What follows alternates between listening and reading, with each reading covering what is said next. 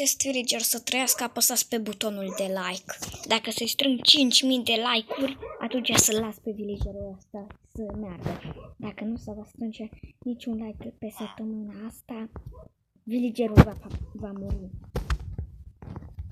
Și de-aia mă voi uita și câte like-uri strângeți. Deci la mine nu există că vorbesc și apoi voi face și vă voi arăta dacă villagerul a supraviețuit. Uitați-vă la mașinăria asta. Dar trag una, o săgeată și villagerul o va păți. Aveți o săptămână.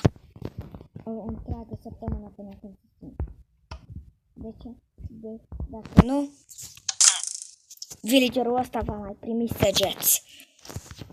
Deci, apăsați pe butonul de like.